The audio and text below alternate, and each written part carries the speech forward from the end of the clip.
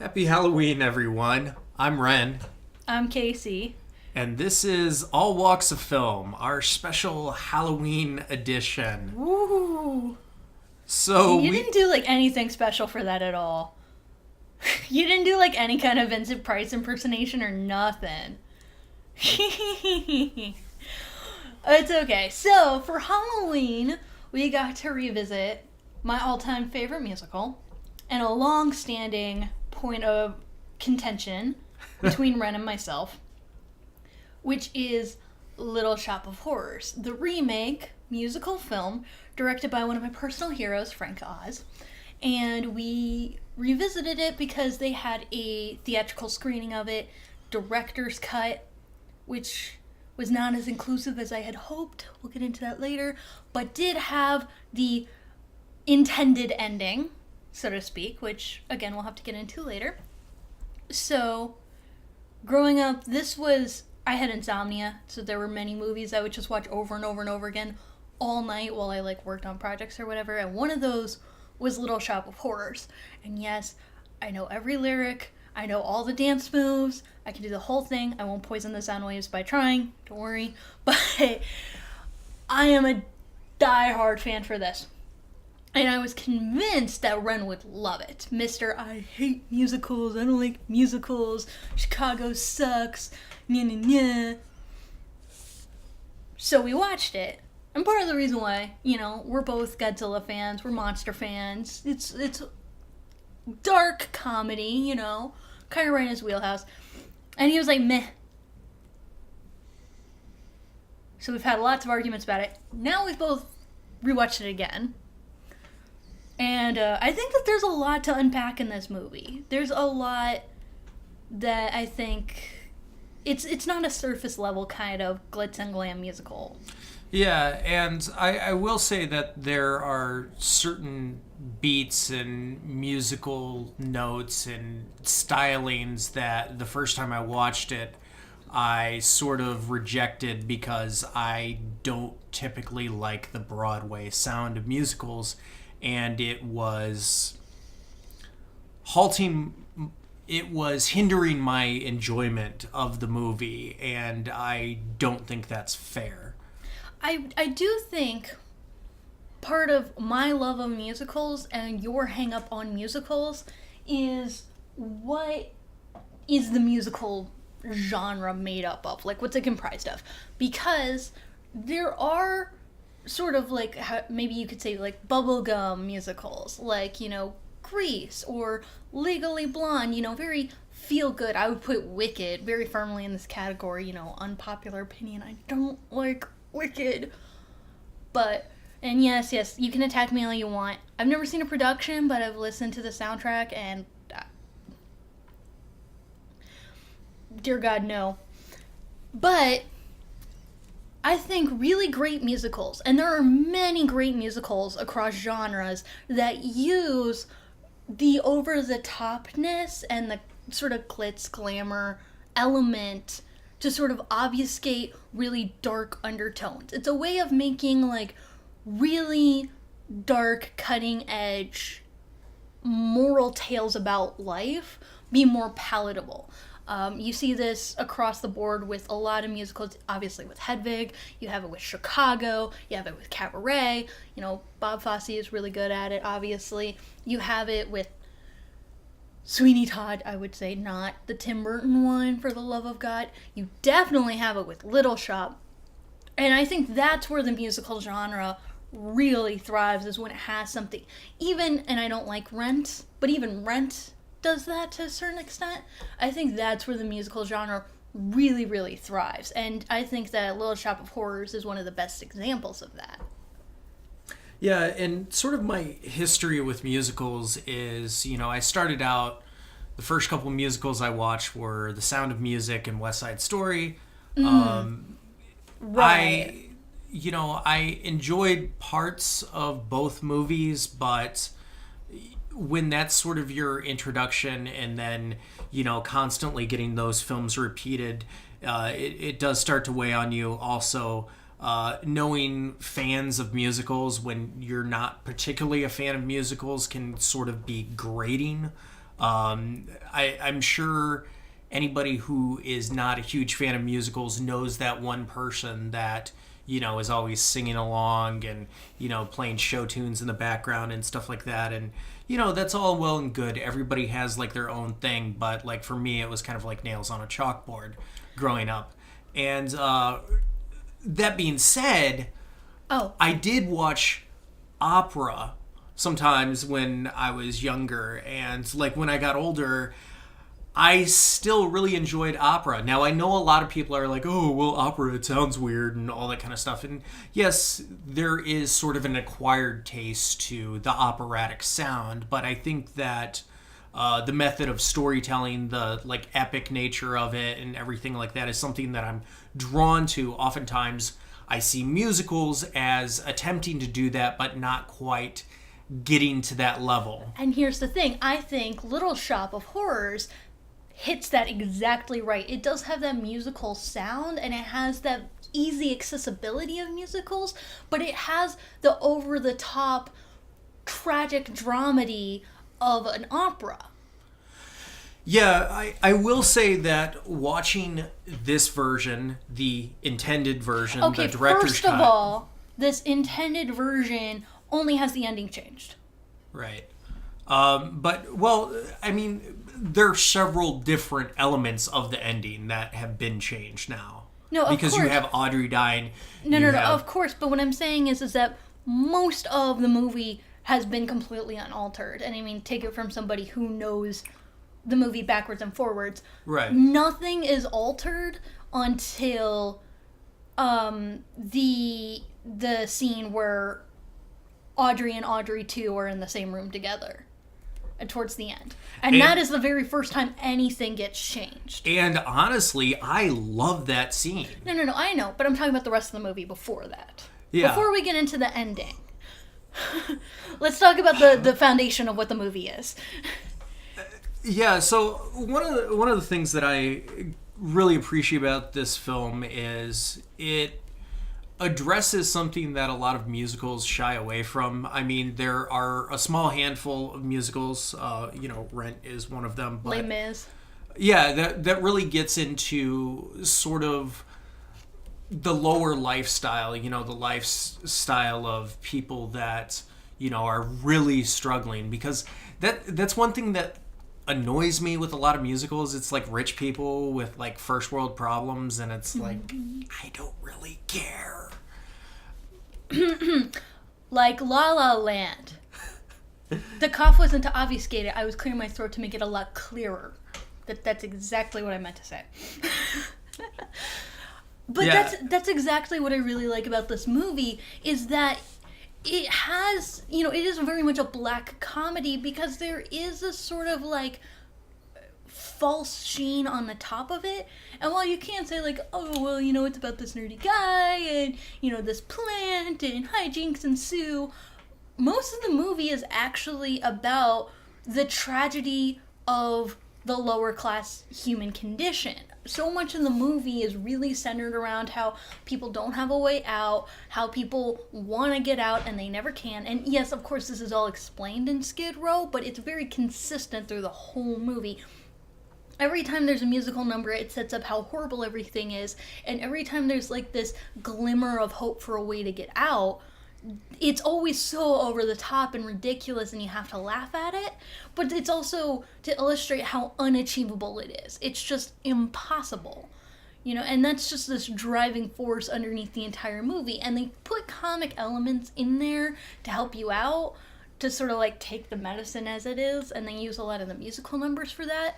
But so much of the movie is the bad guys winning, life getting you down, you getting kicked down, and you try to get up, and you try to be the plucky survivor, and it's never gonna work, and you're gonna fail in life. And what I really like about, and we'll get into it, the ending, is even the compromise ending is still getting into that. That's always been the philosophy of the movie. And that's most of what I really, really like about it.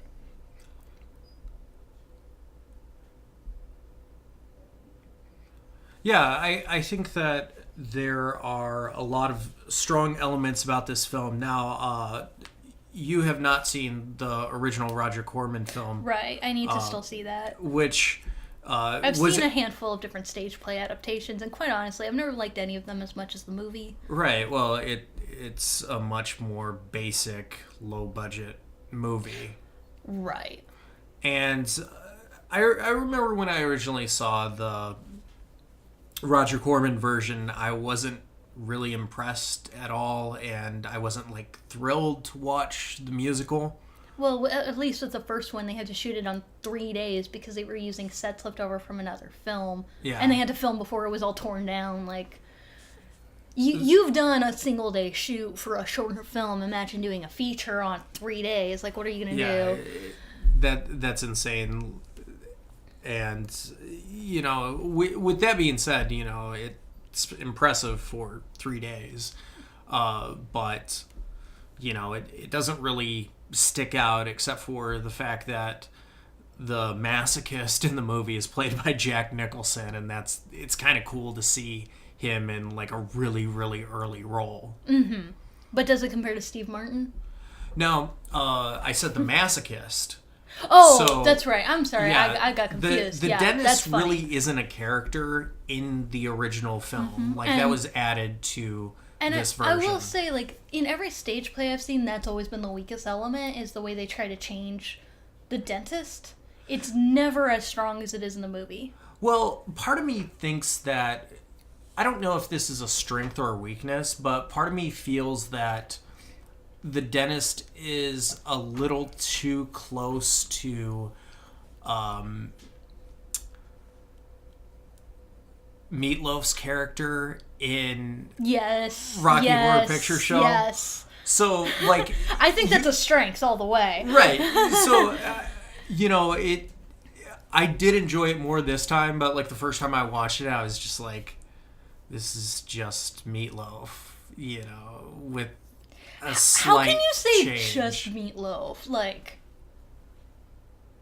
No, I was basically saying like, this is Meatloaf. Like, Meatloaf did it better.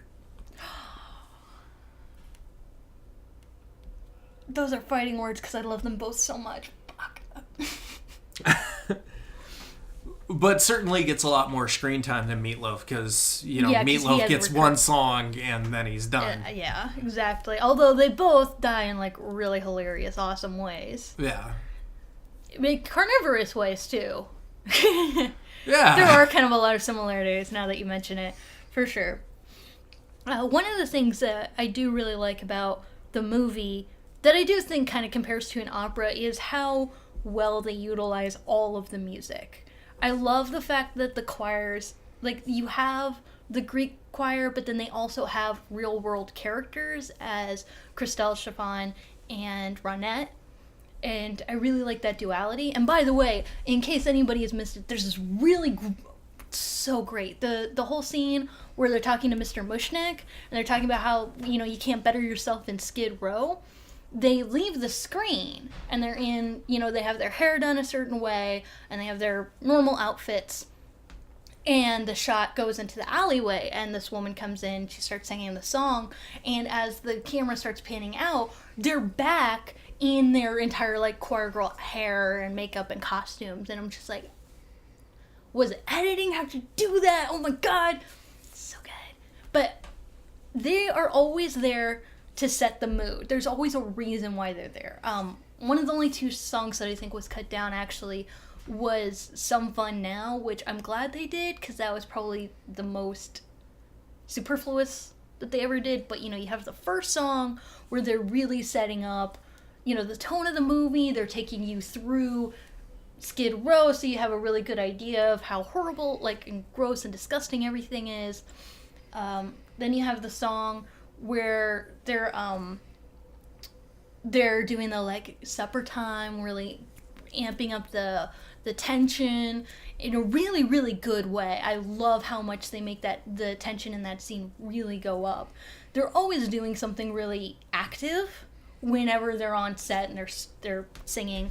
Obviously, you have the entire Skid Row number, which is incredible.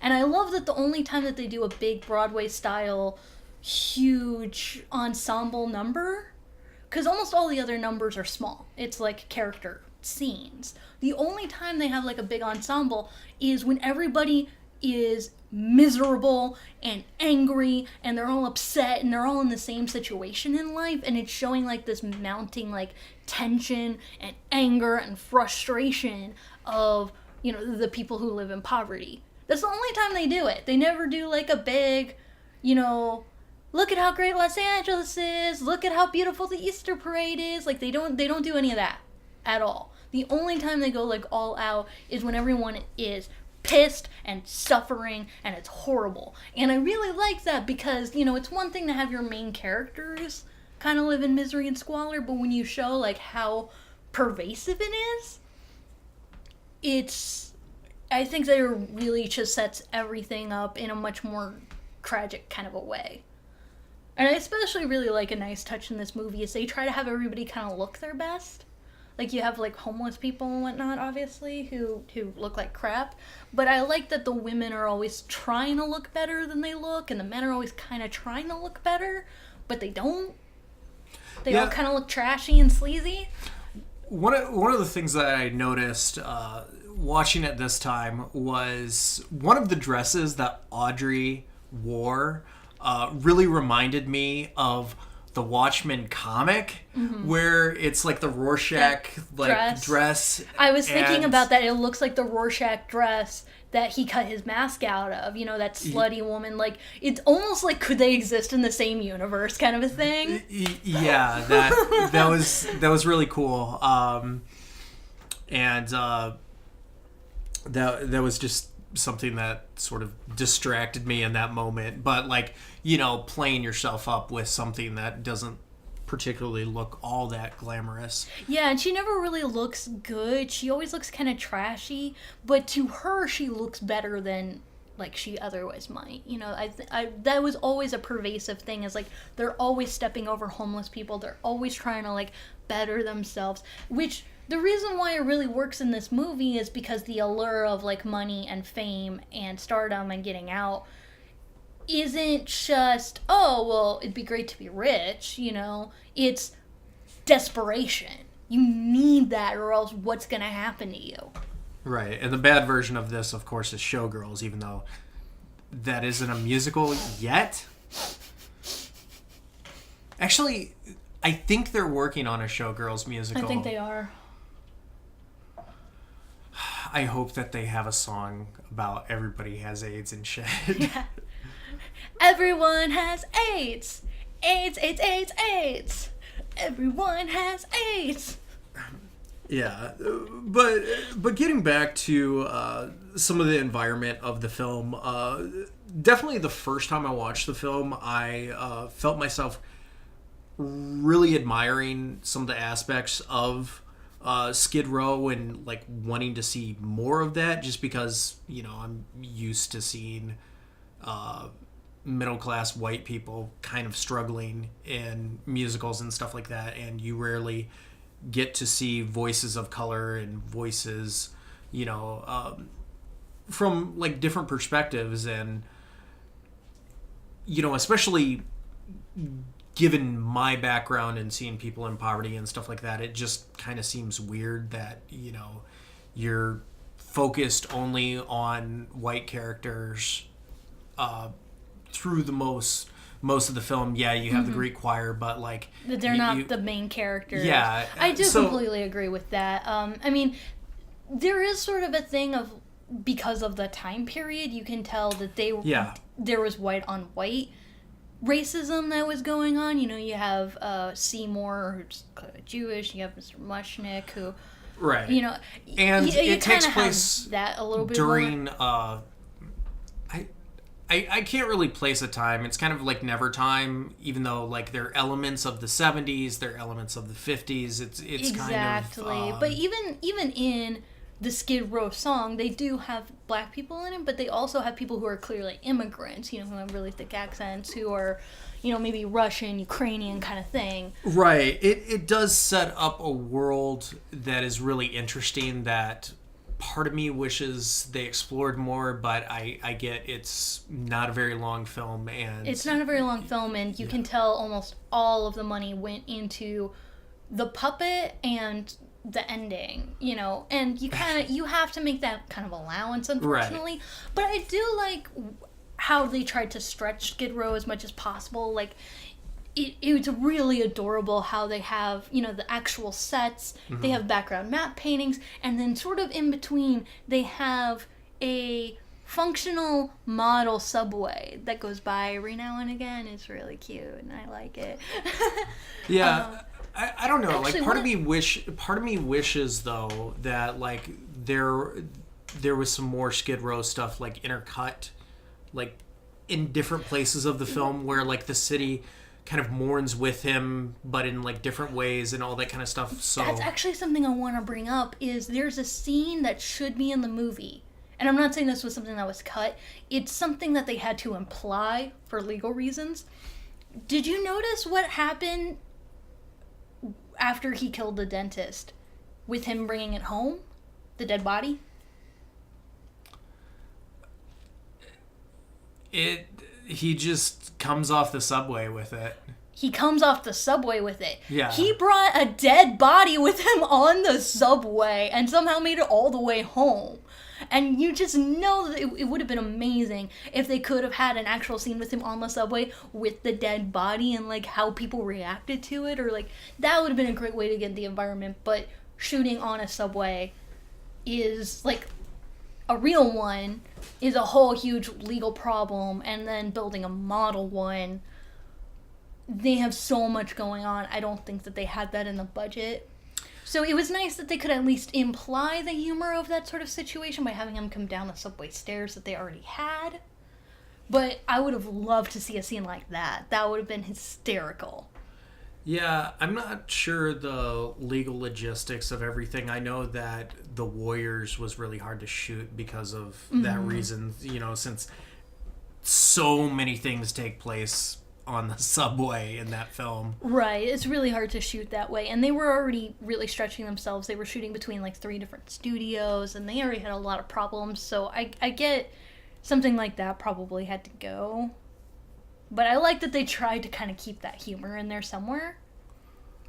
Yeah, at least for me, I don't know if you want to get into this, but I think that a lot of elements of the director's cut add so much because it just, I feel that the narrative just works better when you know the tragedy is going to come. Versus the tragedy comes either way, though. That's the thing with the ending. Like, I know, but not everybody can Cronenberg it. Okay, Cronenberg with The Fly, they told him, like, it's too dark, you can't do it. So he created, like, this Butterfly Baby ending, which you should definitely watch if you haven't seen it. That was so bullshit that they had to be like, okay, you can't do that. Frank Oz doesn't have that. He made a good compromise ending, and kind of like the thing with the subway. No, I feel like he did the best with what he could, where he's kind of delivering on the happy ending in a schlocky way that still fits in with the tone of the rest of the movie, and then you have that sinister undertone with the little play at the end. Still coming back, still showing like, oh, that world domination is still going to happen someday. I don't know. To me, like, it would have worked better if they were still in Skid Row. Like, if you're going to do, like, your kind of bittersweet ending, compromise ending, why the hell are you going to the green place, somewhere that's green, when, like, that scene feels like a joke in the moment? Because it's supposed it is. To. Yes, it's and supposed so, to. like, giving that scenario as the actual ending feels like a betrayal to me. It doesn't feel like a betrayal to me at all. I feel like that's the best they could have done with that situation. If you had to deliver a happy ending. I think the best you could have done is had them have to stay in Skid Row. But the entire that's thing... a punishment. No, that's no, a punishment I for understand, both of the characters. But they were for being already on their involved. way to running away. That was already, like, in play. Yeah, and the fact that they can't leave... So why wouldn't they be able to leave if they were able to destroy the plant?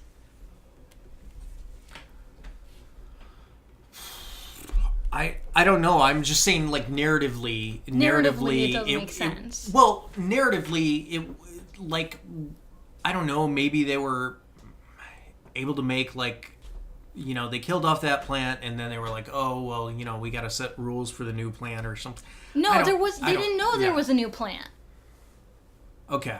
Which is where that whole but thing comes like from. in the original ending, Yeah, people in the still original buy ending. people still buy a whole bunch of the plants, and it's like No, they don't buy a whole bunch of the plants.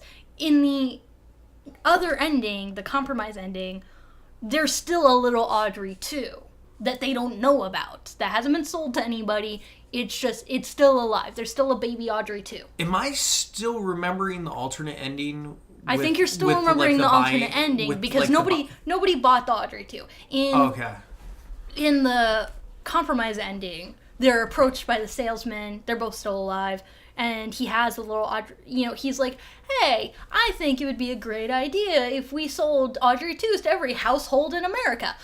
But they tell him no. They kill Audrey 2, they think everything's fine, but there's still another Audrey 2 that still survives, that they don't know about, that's not being sold. It's just a thing of, oh hey, that threat is still out there, it's gonna happen one way or another. Yeah. Okay. So I think that was still a good compromise for what it was. Obviously, the intended ending is a million times better. I'm not gonna argue that it's not. But you still had an entire movie it's like before one of the best cut endings ever. Yeah, and what really kills me is the miniature work is it's not made like a Toho movie, but the quality is on par with any given Toho movie. There's so much footage of it that was cut. The way that Audrey died was really beautiful. The way that Seymour died was filmed really well. Kind of theatrically, but really well. I don't like the shot with the flag. Mm-hmm.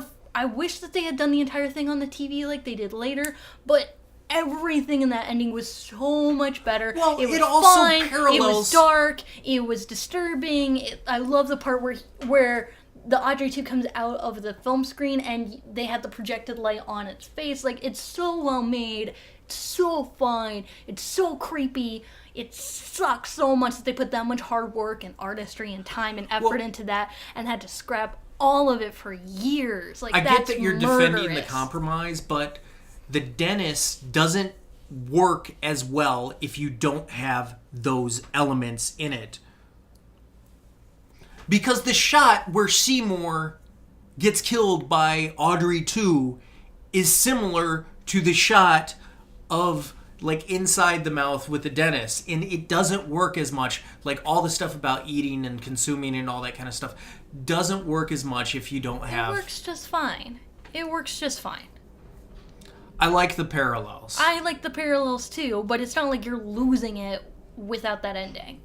I think you are. I think the film is ultimately weaker without Of course it's ending. weaker without the ending. I'm just saying that it's still a great movie with the compromise ending. I still think that's the best movie they could have done. No, you let the entire movie that came before that get completely destroyed by an ending, and I don't think that's fair to everything else that happened before it. There are plenty of movies that have shitty endings that ruin the entire movie. But I don't think that one ruins the entire movie, because you're still... The ending is clearly not as good as the original ending, but it's still preserving the spirit of the ending, and it's still preserving a lot of the best lines, a lot of the themes, a lot of the, like, darker undertone to serious humor. I think that you dramatically blow out of proportion how bad the ending is, because I think that it's still completely serviceable, and it still showcases what a good film the rest of the movie is. It doesn't ruin the whole movie just because you had a different ending. Clearly, the intended ending is much, much, much, much, much better, and it does elevate the whole film. Yeah, but and the as a fan normal of version Godzilla, is fine. The fucking normal love it. version is still great. You're just, like, blowing it out of proportion just because it's not the original intended ending. Yeah, and for a long time, the best version that we got of that was Biollante. That's true. Yeah, absolutely. But I gotta say, I like Audrey 2 a lot more than Biollante, which... Oh, I know. I'm not saying that I don't like Biollante. Biollante is awesome. Not just The Plant. That's a kick-ass fucking movie. Love that movie. But Audrey 2 is so awesome. Audrey 2 is And gave me a good excuse to use a lot of swear words when I was a little kid. Audrey 2 is definitely one of the most impressive puppets that I've ever seen because absolutely. There's so many elements to the movement, especially like in the mouth and lips, that it's just so impressive to see in motion. And it's not even just that. All of its mannerisms are so expressive. And keep in mind, okay, in Nightmare Before Christmas, one of the biggest obstacles that they had to overcome was Jack Skellington's design because his eyes are big black sockets. You know, there's no pupils, it's really difficult to create facial features, and the way that they sort of did it was by molding the eye sockets to sort of give the impression of different expressions. And it looks great and people like it, but that was a huge obstacle to overcome. Audrey 2 doesn't have any normal anatomy besides a mouth. There's no nose, there's no eyes, there's no ears. It kind of acts like it does, but it doesn't. There's nothing to give it like a face. It's only a mouth. But they do so much work with the way that the mouth moves, the way that the head moves, the way that the leaves move, and the way that it really expresses itself, and the way it bobs its head. And especially since when it's bigger, they couldn't do a lot of that in real time. Mm-hmm. It's just truly phenomenal how realistic it looks. Because when it's small, it was remote controlled, to my understanding, it was remote controlled by one person, which is pretty easy. But even as a little plant, it had a lot of movement to it. And I think people underestimate it.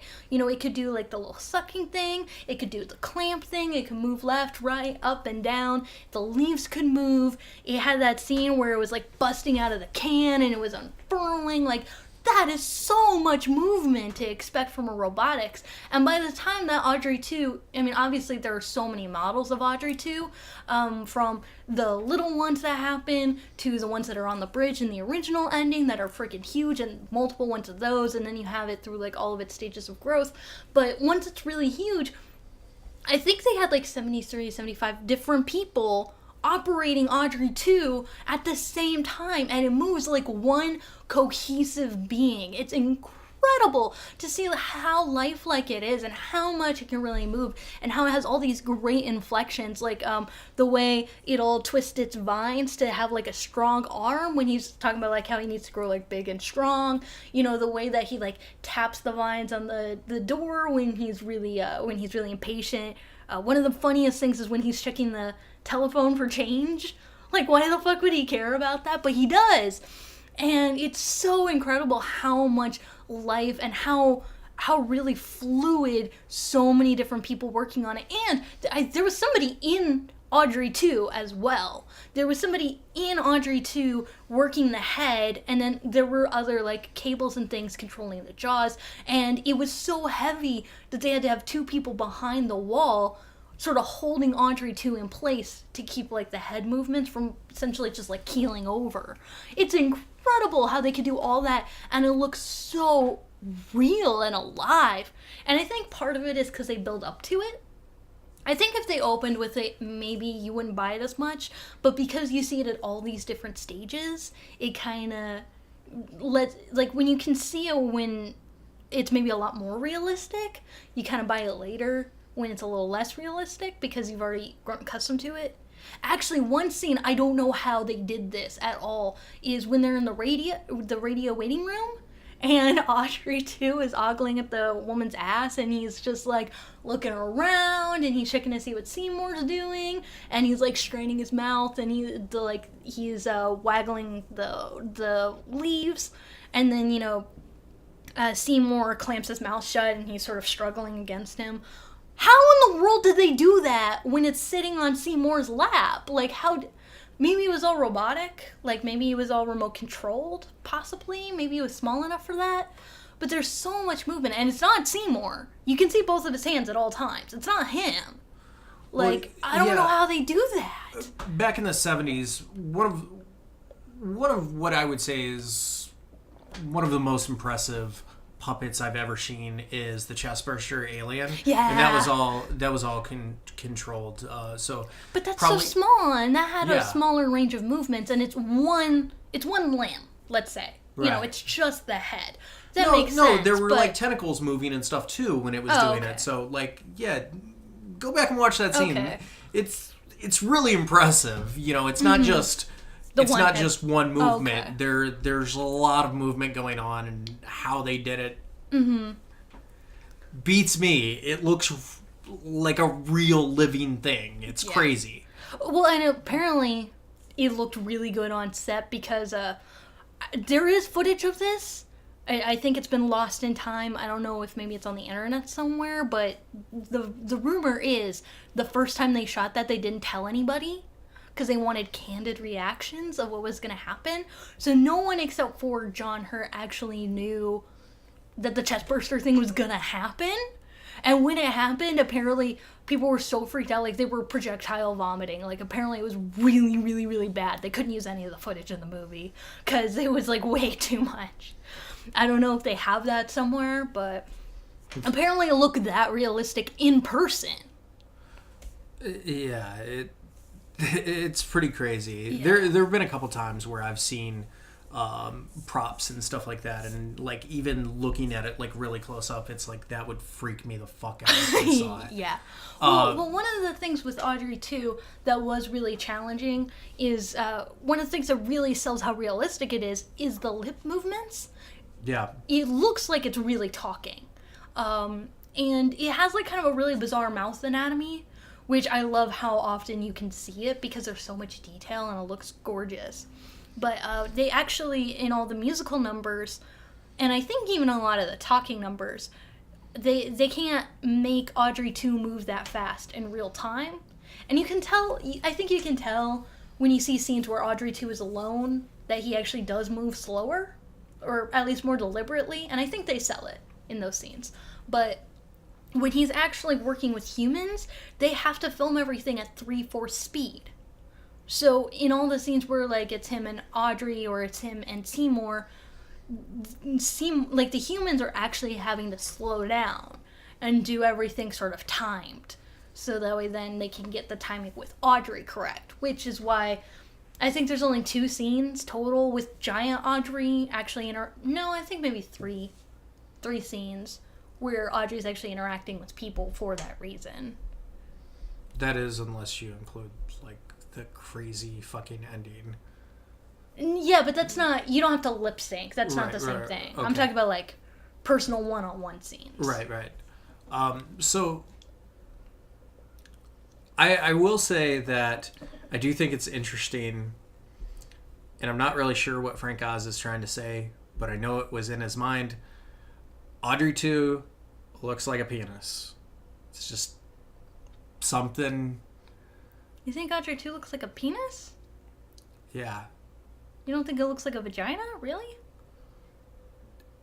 In certain aspects, you have the alien, the Giger alien vagina aspect, like when it's like bigger and you have like the leaves and stuff like that. But believe you me, I think that head looks like a penis, especially in its smaller form. And it's, I guess, like a really, really, really small one. It doesn't have much of a shaft to it, though, because, like, even when it's fully grown, the shaft is kind of thin in comparison to the head, if you want to look at it in those terms. And it's not really, like, the leaves look like testicles or anything. I don't know. No. I'm just I don't talking really about. see it as much as you do, I think. It's possible that I'm just looking at it a little bit too Freudian, but I think that, talking about like growth and various other stuff, the fact that like whenever this thing that's going to consume everything in its path is like the male sexuality that just can't be quelled no matter what. Yeah, and whenever it's not satisfied, it just goes down. Like I seeing other Frank Oz work, I could definitely see that being in his mind. It's not screaming at you. It's not that I don't see it, it's just anatomically I don't see that in the design. I'm not saying I don't see it metaphorically, but it's practically... Especially the scene where he's, like, reaching for her butt in the radio. Yeah. And Rick kind of has to shut it up. I'm not It's saying kind of that. like getting an unwanted boner. I can see it metaphorically. I'm just arguing on the design. I don't think it looks like a penis. I'm saying there are a lot of elements of the design that look like a penis, like the fucking urethra and everything like that, like, you know, at certain angles and everything. I don't think it's looking too much into the film. I think it was intentionally designed that way. Okay. I don't know. What do you guys think? Because right now Casey thinks I'm crazy. I don't think you're crazy. I can see it in terms of a metaphor. I just don't see it visually. I'm saying, like, the first time you see that plant, I will say some of the earlier stages defend my point a little bit more than some of the bigger stages where, you know, it's a little bit more obfuscated, but I think those elements are there. I could definitely also see all the little Audrey 2s, like the ones that are actually on the original Audrey 2 and then all the ones that get sold off, kind of like sperm. Yeah. I get it metaphorically, I just don't see it in a design. I'll show you a picture of it.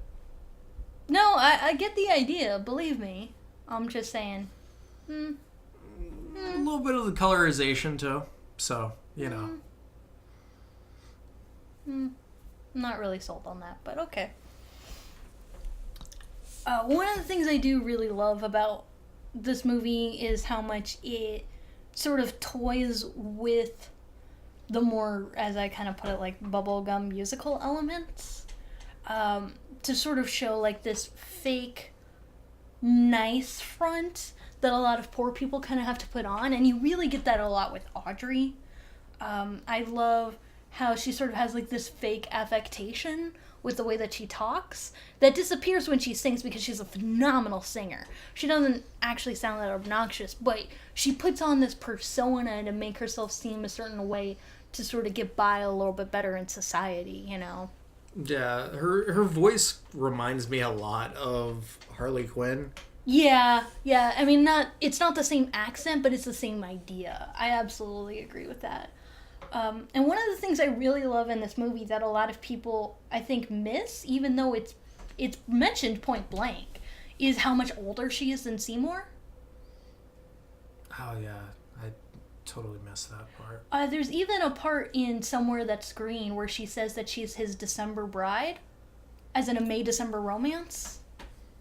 Okay. Do you know what that means? A May-December romance is between someone who's, you know, a different age range. You know, somebody is May and somebody's December. Oh, okay. You know, so to speak. And if she's December, she's the older one of the two. You know, I really like the fact... I always like the fact that they had casted an older actress, but they actually do try to play that into the storyline a little bit, because it kind of fits her character more to show somebody who is so adult and so helpless. Because, you know, she talks about how, her dad left when she was early, her mom was poor, she doesn't have a family, she follows men blindly, and they all mistreat her because she doesn't have anything else she can do. It really shows how helpless she is. Not because, like, she's young, or because she's naive, it's because she's somewhat delusional, and because she's kind of been conditioned into that. You know, and that's some really dark stuff. If you had somebody who was, like, an 18-year-old girl, it actually really wouldn't be that tragic. Yeah. And then you have, you know, Seymour, he's the younger one, and he introduces that sort of naivete, which is nice to see in a movie, because you don't see that a lot. You see that in things in a much more dramatic way, like Harold and Maude, but in a mainstream sense, you don't usually see that, where, like, the woman is the older one, and the man is, like, the younger, naive one who's pining for the older woman, unless it's, like, you know, the Graduate kind of, like, forbidden thing, you know? Yeah, I mean, we're starting to see some of that, but usually no. No, like, usually no, not in a mainstream sense. And I really adore that in their relationship. And I like the fact that they always play up all the cheesy moments to be too cheesy to take seriously, but also too earnest to disregard. Like, the whole Suddenly Seymour thing, it's so ridiculous.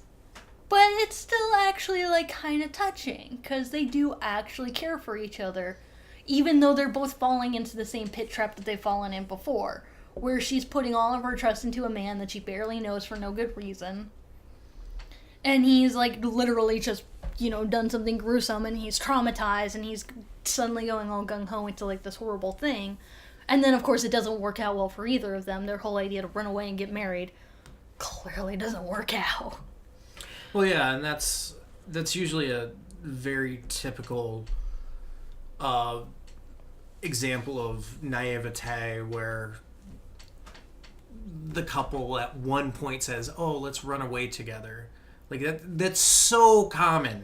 But I like how it really turns that cliche on its head. But not in a disingenuous kind of way, or like in an ironic way.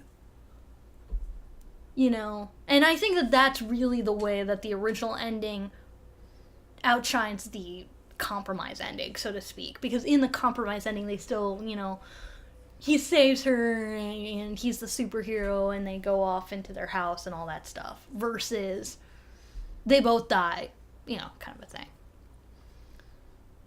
Yeah, and I get that you are defending I'm defending the compromise for what it is.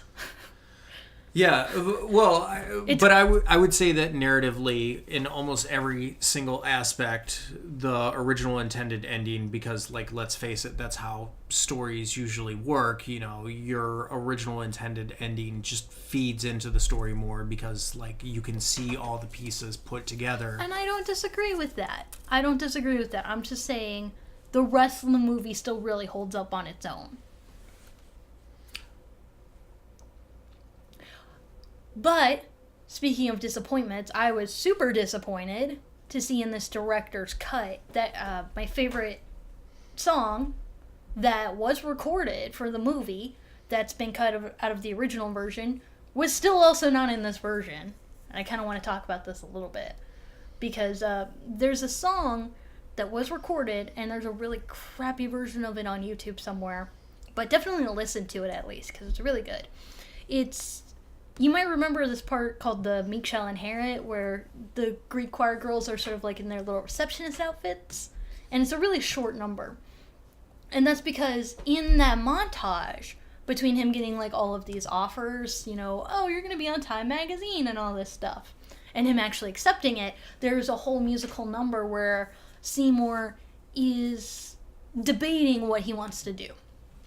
And he's talking about, oh, if I just do this, then I'm going to be so rich and famous, but that means I'm going to have to kill people? Well, no, I'm not okay with that. Like, I'm definitely not going to do that. Fame isn't worth it. Money isn't worth it.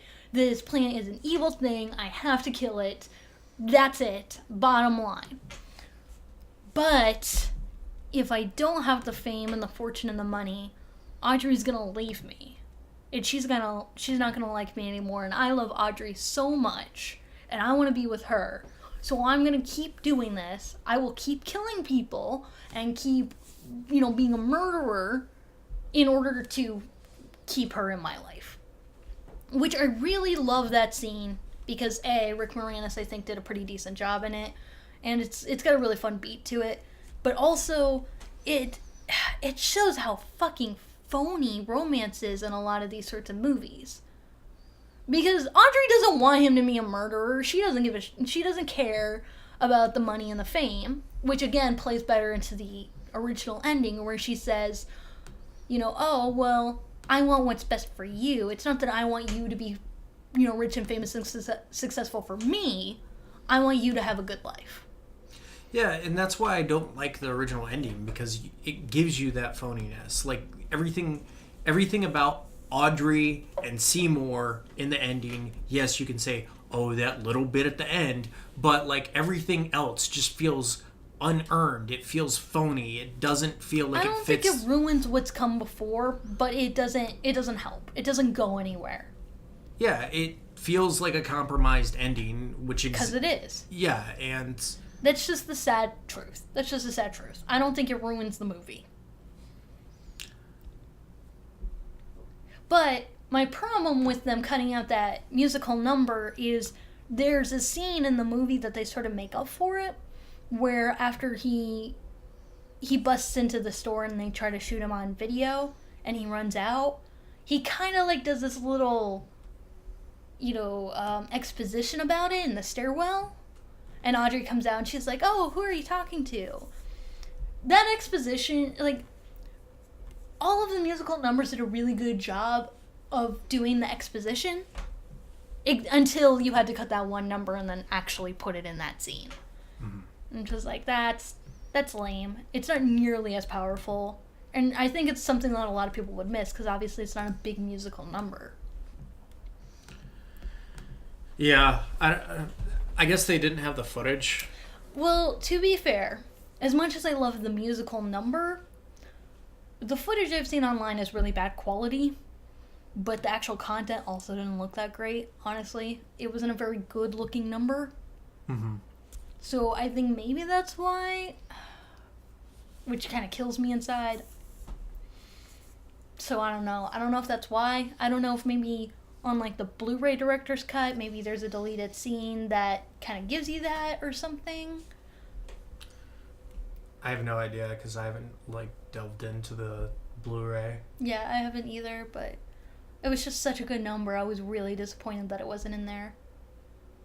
And I want to give kudos to Rick Moranis' singing, because clearly he's not a singer, and I think that the directors did a good job of kind of showing him when he needed to sing worse and when he needed to sing better. And you could tell he was really going all at it and trying really hard. I'm not saying, like, he's the best singer there ever was, but he's surprisingly good in a lot of the numbers. Not Skid Row, where he kind of has to sound scrappy and crappy, but when you listen to him in the song that he sings with Audrey 2, he actually sounds really good, considering. Yeah. I think part of that also is because when you have ADR, there's plenty of time to like improve moments, and I'm gonna say outright, unless you have a scene like that one scene in Les Miserables. No, I'm not talking about the whole movie. I'm just talking about the scene with Anne Hathaway acting her heart out and singing. In most cases, ADR is the way to go. Including in Les Mis. There's only one song in Les Mis where they didn't do that, and it's because it was the first number where they had the waves crashing down on them. No, the whole thing. No. That one number, they physically couldn't do it for that one number. But honestly, I think they should have for the whole movie. I really think they should have ADR'd it. Except for that one scene with Anne Hathaway. Yeah, absolutely. I'm not saying like everyone was singing live. Obviously, in that one scene with Audrey 2, they couldn't do that live because they had to perform at 3/4 speed. Right. But it's still impressive, and I still really appreciate it. The other thing I really love about Little Shop of Horrors is this is always my go-to. This in Chicago, and Cabaret, or like my top 3, I guess. But Little Shop is my go-to for how to actually film a stage adaptation. Because you get a lot of film adaptations like Sweeney Todd where you filmed a stage play. It's not interesting. You didn't use the advantages of the film medium. And Little Shop of Horrors did a really great job with using, and not even with fancy techniques. Frank Oz actually made a point of he used crane shots so sparingly. There's only 2 crane shots in the whole movie. And by the way, they both look fantastic. They both look really good. But a lot of things like the very first bit of the movie where you have like the opening Star Wars crawl and you have like the kind of black space in the background and it morphs into like this oil puddle that this dirty bottle gets thrown into. Like, it sets the scene, it sets the mood. You could never do that in a stage play. And it's amazing. Obviously the puppeteering is something that film helped a lot with, but there's so much stuff in the movie that could only work in film, like that entire first Little Shop of Horrors number where the Greek choir is going through the town and kind of like showing off what the scene is and what the situation is. could only work in that sort of scenario. I A lot of disagree. the I mean, jokes, a lot of stuff like that can still be done in a stage play. a lot of stuff like Skid Row can still be done in a stage play. Okay, that's sorry. I'm talking about the Little Shop of Horrors, the opening theme. Oh, gotcha. The very opening theme where they're in like the blue outfits, and they're kind of like up and down and walking around and trying to show you more like geographically the space of Skid Row. Gotcha. And they're kind of like trying to paint the picture of the actual shop and sort of amp up the momentum. The only way I could see that done on stage, and if anybody's seen it on stage done this way, let me know. But the only way I could see it done sort of in that way is if you sort of present all the different scenarios by like just kind of like bringing them on and like taking them away. Which you can do, and it would be really impressive. But even things like if you look at the entire dentist number, that is so much funnier because it's filmed. The thing with like the guy on the ceiling, can't do that in a stage play. The whole like big mouth puppet, can't do that in a stage play. A lot of that was really taking advantage of film as a medium and really just writing that for what it was worth. And I really appreciate that. I mean, so much about the artistry of the movie. Like, I love the matte paintings, I love the production design, the costuming makes me want to die. It's so good. I love it so much. But it's just, there's so much of this stuff. Oh, I love the montage with the flower. I mean, you could do that in a stage play, but it's just not as funny.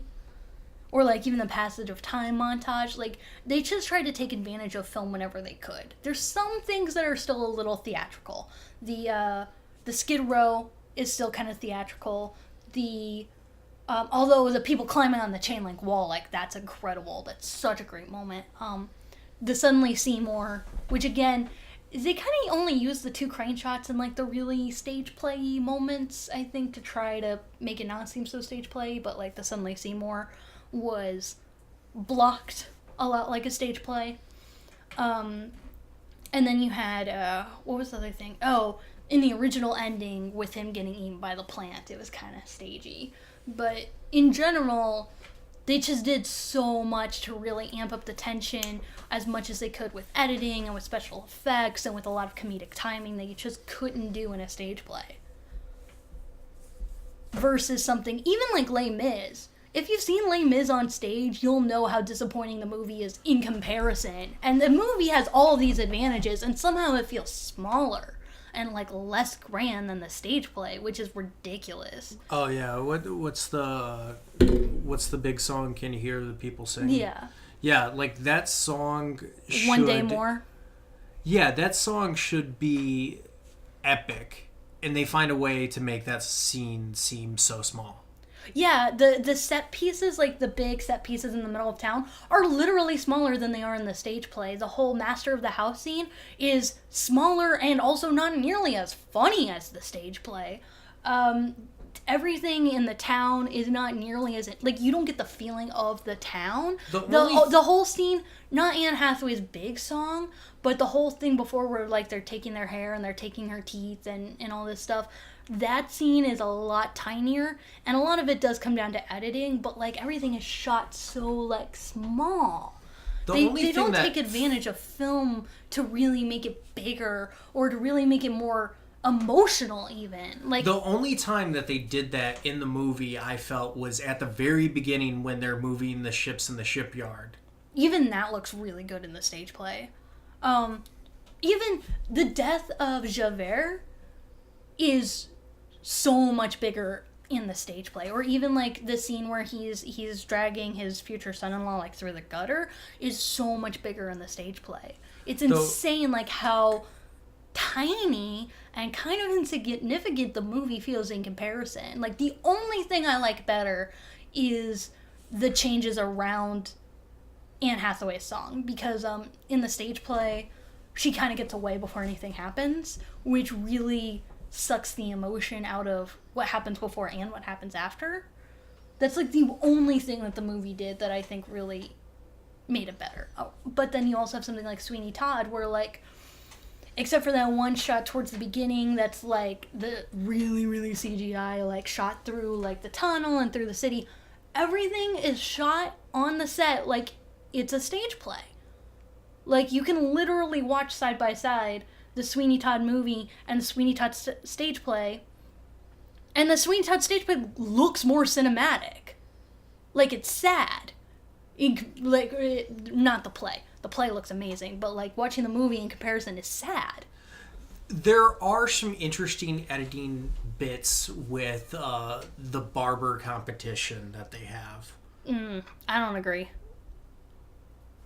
Okay. Well, part of the reason why I don't agree is because there's so many darker elements in the stage play that they couldn't put in the movie. Yeah, but the scene where he's like competing with Sacha Baron Cohen, Yeah. there's some interesting editing bits that they're doing with that scene. Yeah, I mean, I'm not saying everything sucks in it, but it's just not a cinematic take on it. You didn't take advantage of film to make that. You just put a stage play on film so you could put it in theaters where everyone would see it. It's not that interesting. I don't know, that's kind of what I think of most of Chicago. I definitely don't agree, and you know what I will point to in Chicago? Well, Chicago turns... No. No, Chicago turns from like this beautiful, like epic, cinematic...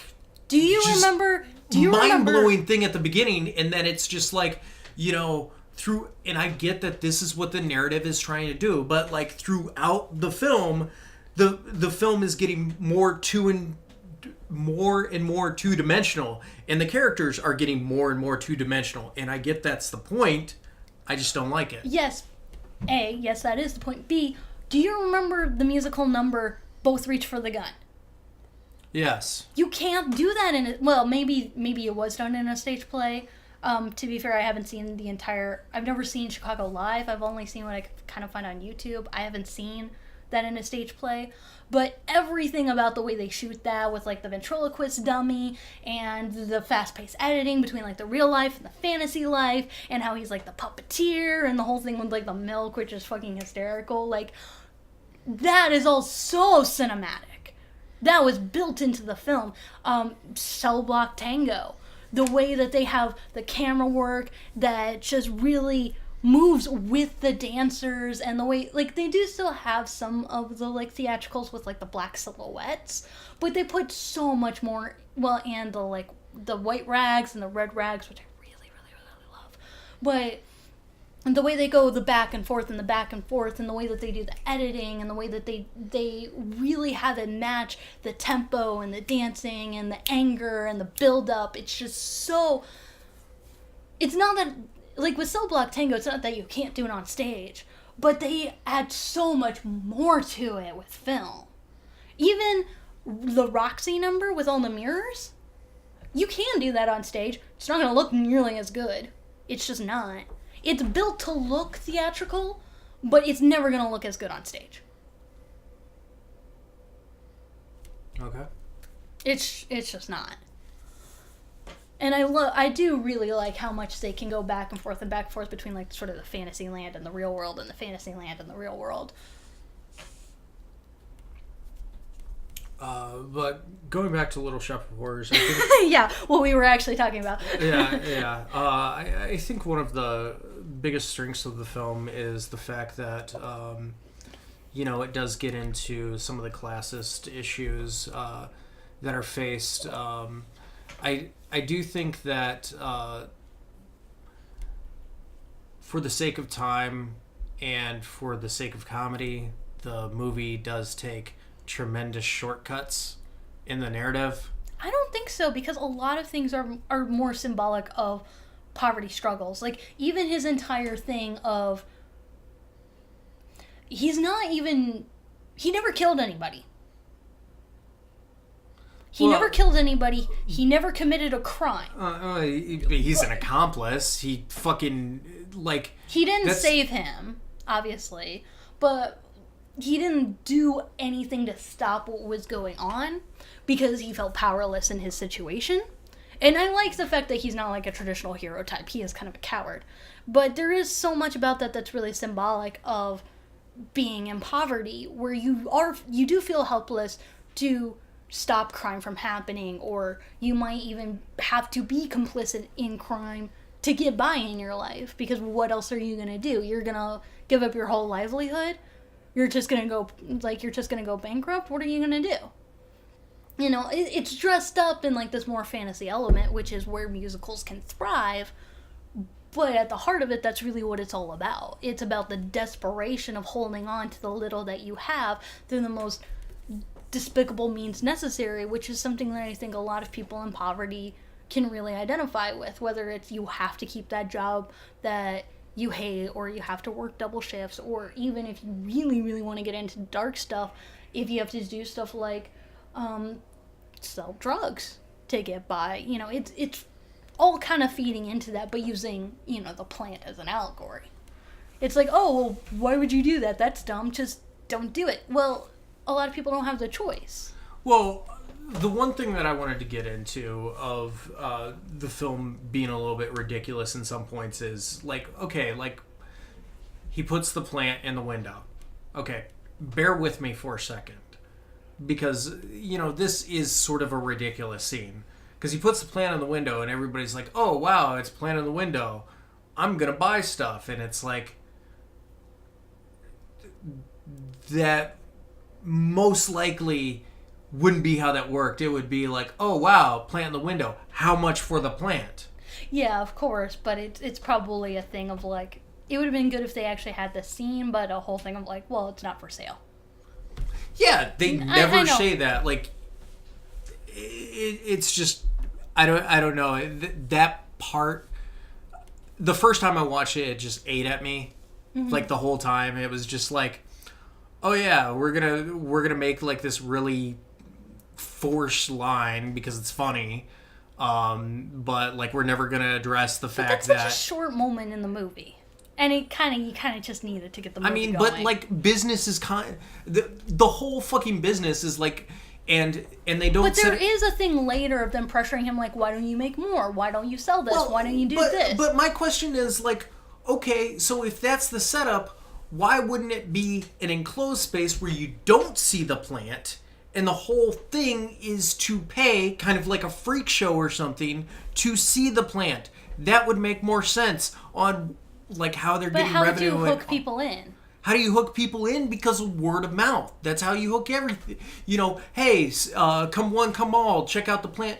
You know, like, it... They did do, like, the radio advertisement and all like, that stuff. I get that, but, like, having the plant in the window, it's like you already see it. Why would you... So if that's, like, one thing in the entire movie, I mean, is that really that big a deal? I was nitpicking, but yeah. You're definitely nitpicking a little bit with that. But also, just because people look at it and think that it's odd doesn't mean that they want it. Yeah, I guess that's a fair point. Not everybody wants to keep that. Especially if you tell them that it's a form of fly trap, which is what they were saying at the beginning of the movie. Yeah. You don't see a lot of people who keep fly traps. I don't even know how to take care of them. No, clearly we didn't know how to take care of them because the ones that we had for that movie just died because we couldn't feed them. I think we needed to feed it real bugs and stuff. Yeah, and we didn't have those, so that didn't work out too well. But also going back to what I was saying about the allegory, one of the things I do really love in the movie is, even though I said it's kind of like my least favorite part, it was shortened, and I think this was right. I love the whole Some Fun Now, where they're like, oh, it's going to be so great, he's making all this money, it's going to be so fun, and it's all about just like how painful it is for him to keep this going, and how difficult it is, and that is kind of a thing of like, if you're trying to better your situation, which, you know, as the movie clearly states in no uncertain terms, bettering yourself is not really possible. Yeah. But when you really try and really apply yourself, how painful it is. That's some really dark stuff for something that's just like, fun, musical, yay!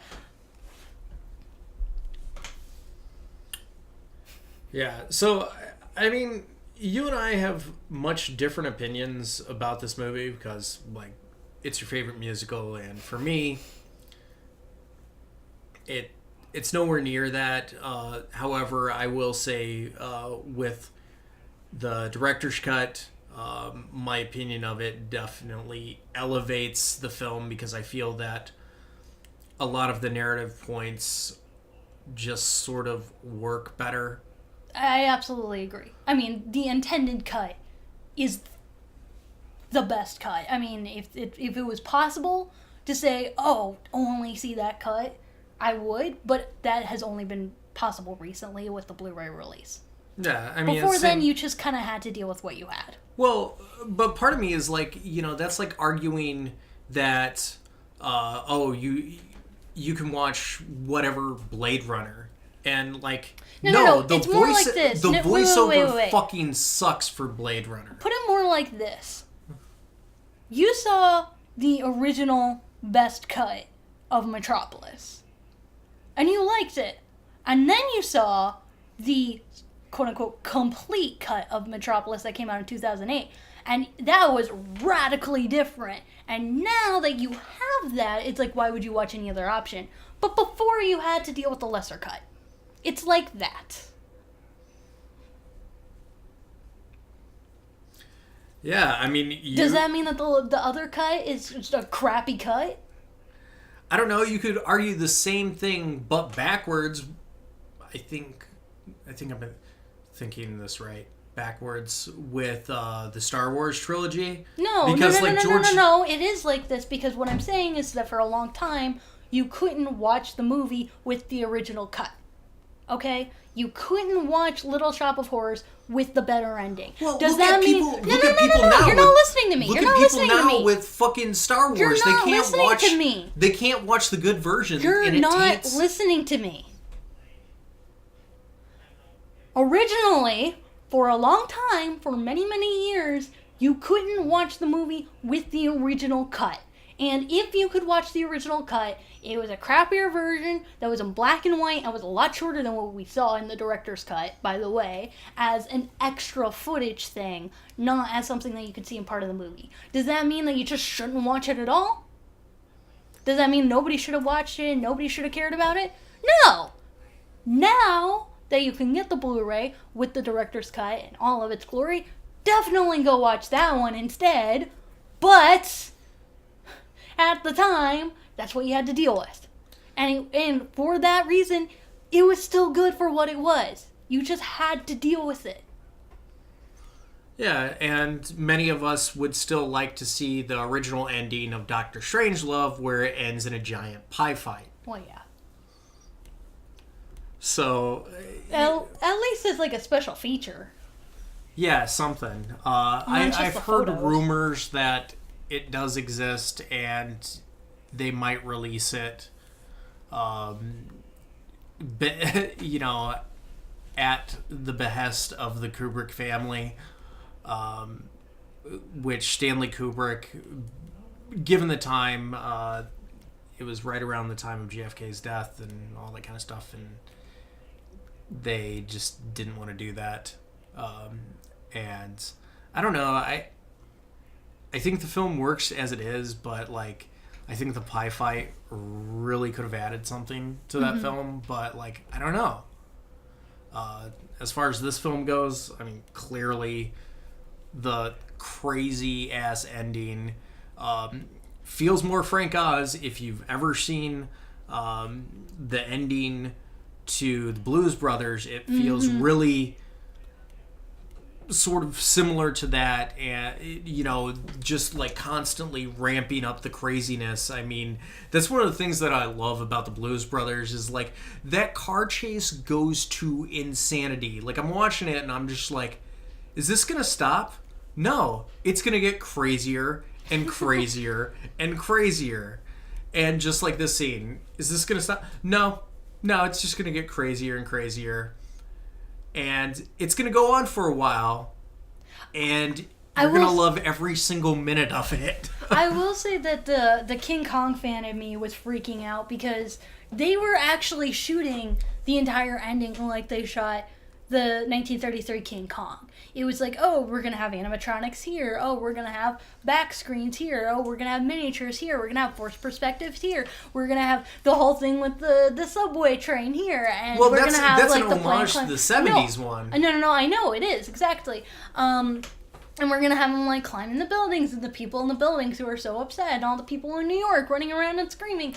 And I was just like, oh, I was dying so much. Well, I thought the screen thing was... I thought the screen thing was funny, but like also adding in sort of a subtle fourth wall breaking thing where they literally bust through Jason the Argonauts because that's how Jason the Argonauts was filmed. Yeah. I thought that was a really cute joke. It was a really good joke, yeah. This ending is definitely like one of my favorite movie endings. Absolutely. Yeah. I was actually talking to you the other day about doing like a top 10 movie ending, but that's so difficult. It's so difficult. I definitely would like to do it. Obviously, if we do it, we will put all the movies in the description so that, like, if you... No spoilers. Yeah. I will say one movie that's not going to be on my list. Either that or we would have to just come up with a list of endings and talk about them vaguely, which I think would be fine. One movie that would not be on my list is Old Boy. I think the ending of Old Boy is really good. I don't think it's one of the best ever. I think it has issues. We'll get into that later. So, that was our Halloween special. Let us know what you think of Little Shop of Horrors and Little Shop of Horrors, the director's cut, if you have been lucky enough to see it. And also what you think of The Meek Shall Inherit. If you get to listen to that. It's on YouTube somewhere.